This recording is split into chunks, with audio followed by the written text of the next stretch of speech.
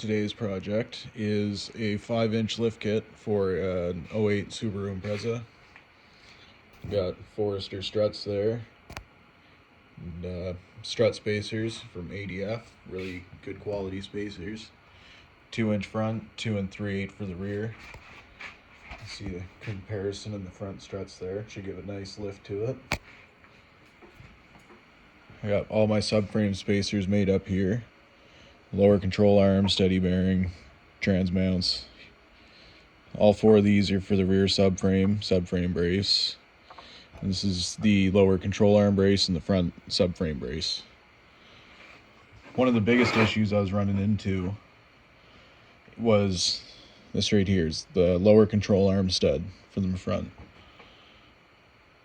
And I wasn't sure how I was going to get this taper, get the control arm to center.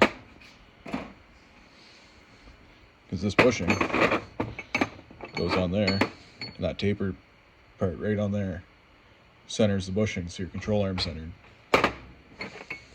So I'm going to use this. This will go through my spacer, thread up into the body, and then this will match up to make the proper length. Then I'll put a small tack just to center the washer on here. That'll keep my control arm centered. As I tighten that up, once that's tight, it shouldn't go anywhere.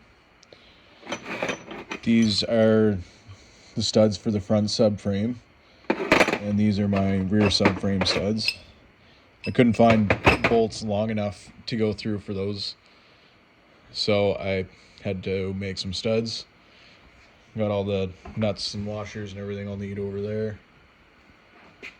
So, first thing I'm going to do is get the battery unhooked, take the exhaust off it, and get underneath, take a look at what we're going to be doing.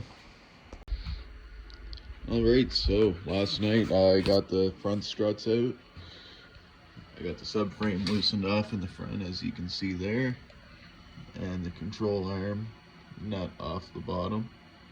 Same on both sides. So this is ready to drop down, have the engine being supported by some straps, since all my jack stands are already under the car. So what I'll do down here, this is the subframe for the transmission. See, there's 2 pieces to it. So I'll put my floor jack under the rear to support this here, and then I have the engine supported with some come-alongs, so I can lower the whole unit down, slap some spacers in there, bolt it all back up, and then I can move back and carry on with it. Back here should be pretty straightforward. I already have the exhaust and the drive shaft out. The rear, pretty straightforward. Yeah, this is your rear subframe brace, and then there's 4 bolts, 1 in each corner of the subframe, as you can see there. Pull those out, and I should be able to drop the subframe down a little bit. I'll unbolt the struts, everything should follow.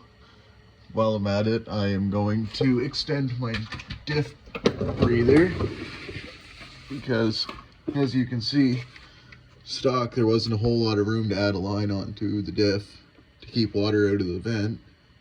So once I get the spacers in there, I'll have a little bit more room, and I'll make something a little bit nicer than that garden hose there. So keep you updated on that. Alright, got the engine dropped down a bit, got the transmission dropped down, got both sides just held up to the strut towers of the strap so it's not hanging off my sensors. Busted the rod out of it because I'm an idiot and wasn't paying attention, but that's alright.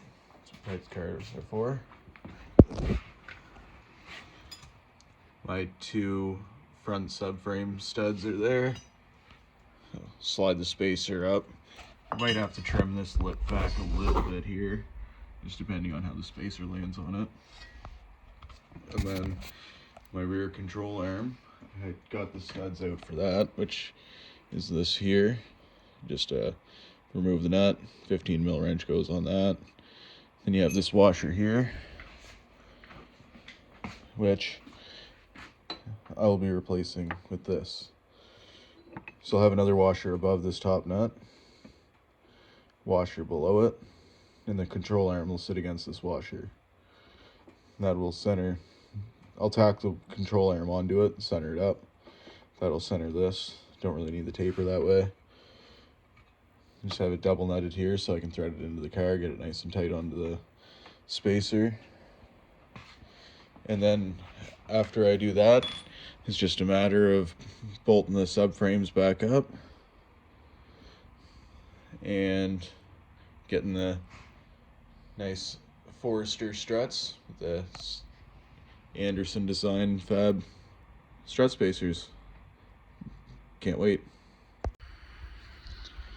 So I didn't make a video for the rear. I was a little pressed to get an engineer here and get that looked at because the laws are stupid here for modified vehicles. But got the rears all in. Pretty straightforward. There's your two. Oh, it's kind of hard to see. There's two bolts under there for your subframe brace going across, up. And then there's the 4 main bolts holding the subframe in. And then you got under here in the back, your 2 nuts on top of the strut. Take those off, just dropped it down roughly 4 inches, slid the spacer in, slid the studs in. That was about as easy as it gets. You will need longer flex hoses in the rear as those didn't work. Just temporarily got them zip tied out of the way. And for the shifter, this is the shifter mechanism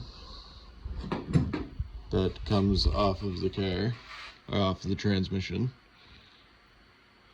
And I had an issue that it was popping out of first, third, and fifth, sometimes second. And this boot, just the shape of it, doesn't allow it to lift up when it goes into the car. So what I had to do is I built a small spacer for this, dropped it down roughly an inch, and then I just tore this boot off and I just made a boot for it, taped that up. Now it seems to be going in gear perfect, not having any problems with the shifting. A lot of people are saying you can cut this, weld a pipe in, lengthen it, and then you can retain this boot. Personally, this car is a piece of shit. Putting a new boot on it was much easier, much quicker, and gets me ready to go in for my alignment today and hopefully see if this thing can be put in spec. But other than that, pretty easy install. Nice ADF spacers up here. All kinds of room. Not too far away from the strut perch, from clearing the strut perch. So I got some wheel adapters the other day to run 5x114 wheels on it to make it a lot easier to find a nice cheap set of wheels for it with bigger tires. So once I get an alignment, I will post some pictures and I will show the alignment charts and see how close it is. As you can see here, very close on the front of the tire, a bit more room in the rear, so I will need adjustable trailing arms in the rear, possibly adjustable camber and tow arms as well. So I'll likely just buy a complete set of adjustable rear arms. The front shouldn't be much of a problem. Might need a second camber bolt, but that's pretty minor. So I'm going in for my alignment today and see how it is after that. Should have a couple more updates and see if everything's working good. So the final piece to the lift was the steering shaft. I had to extend the steering shaft for the subframe spacers. So all I did, I cut the shaft, I slid one end onto the steering rack and the other end onto the shaft coming through the firewall. Had them so they were positioned properly, measured the distance between them, cut and fit a bolt in there, welded it in place as you can see in the picture. The one pictured was just a mock-up. I did the final one a little bit neater, a little bit stronger than that one. But you can also see here that a lot of people just drill out the pins, put a piece of square tubing in there. Mine wasn't in very great shape. The pins were pretty seized in there, so I couldn't get them out, so I just cut it and welded it. It was easier for me. If it's easier to put pipe or piece of tubing in there, you know, whatever works for you. And another thing, on the rear wheels where they were pulled forward, I have had the lift on the car now for a few months, and I have not bought adjustable rear arms. All I did when I got bigger tires, I trimmed in front of the wheel well, as you can see here, and it took care of that pretty well.